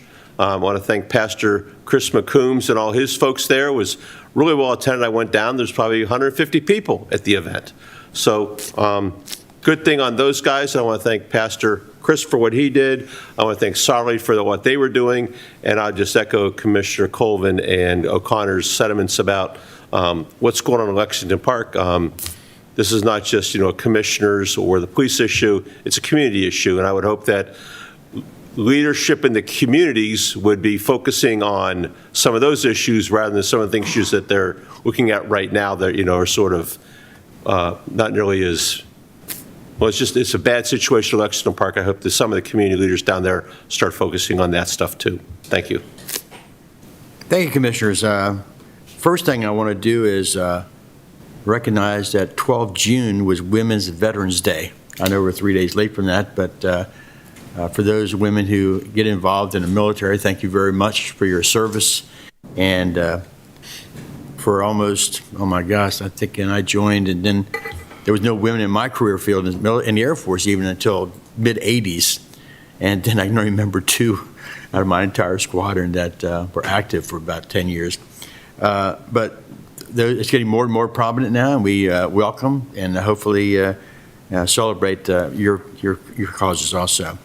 I'm grateful that our county has been so active in testing for this COVID, and also for the vaccinations that have been going on. Things are finally opening up. I'm the chairman of the Veterans Region Area Council. We had our first meeting last week, actually live. Of course, only 6 of us showed up for the live part. Everybody else was on Zoom, but it was a very productive meeting, and we're working to help our veterans in the Tri-County area as best we can. All of us, and to the entire country, suffered for this COVID you might say, loss of employment, places closed down. We're finally reopening. We're getting more and more involved, and I'm grateful for that. But even with us in the county, our emergency services suffered, especially those that are EMTs and paramedics that didn't show up for service. And I understand that. That's just the way the employment picture went. And on 25th of May, we authorized our emergency services director to hire at least 38 people. And I bring this up because on 25 May, in the one of our papers, it wasn't very, even have several people describe, you only hired 16 people. That's true. 16 FTEs that are full-time employment for our county. The other 22, he was authorized to come up with either hourly employees or contract. We do have a contractor we use. And he's doing diligently hard work. I understand he's got 12 or more letters of agreement already out there to hire these people, and that's good. That's a quick serve. You're talking about less than a month from the time that he was given authorization to hire. I was expecting 6 to 12 months to hire all these people. But hopefully this will bring us in better light with our service that we provide, the emergency medical transport service that we provide in the county. It's very important that we do provide this. And if he needs more direction from us, I welcome his input to better serve the people. If we can't get the contract or the hourly employees set up, then we will go more contract or more FTEs, if that's what it takes. But understand the paper was somewhat a little bit fuzzy on how much we authorized on the 25th of May. We authorized 38 positions. And so we're going to continue working to get that. Also, the Flag Day, it was very important to me because I served 26 years in the Air Force. And within a year after I joined and was trained as a loadmaster on 130s, I was sent to Vietnam. And I was a loadmaster on 130s the entire time. And of course, we wore the flag on our left shoulder patch, like you might say, the entire time I was there. And it was, for me, traveling from Ridge, Maryland, all the way halfway across the world into some foreign zone and couldn't speak the language or nothing. I said, wow, this is a hell of an experience. And I will admit the American flag meant a lot to me. And the only thing I did was just hold it every morning as I was going out to the plane to pre-flight, do our missions for that day, which usually be 5 or 7 missions a day. And it was a lot of load, but it kept us busy. But I just prayed that I'd be coming back at home and back to St. Mary's County, because a place I loved and enjoyed, and my family and everything. So, but for 14 months I endured that, came home, and I'm grateful to still, after all those years, I'm still here. So it was, the flag meant a lot, and that's why we had such a big ceremony here, and it continues to grow, and I thank our communications director here for all her job she did to put it together, and Amy for all of her work in the filming and everything, and all the people that participated. Thank you for coming out. I'm glad to see that we're finally, I'm sort of a social type person. I'm glad that we're finally getting out and starting to see these things and get busy with going on with life here. And for those of you who are still hesitant in getting your vaccination, I think you should think twice about it. I got mine in February, and I didn't grow any odd limbs, or I don't feel any bad feelings from it. So, I mean, I think it works, and I'm grateful for it.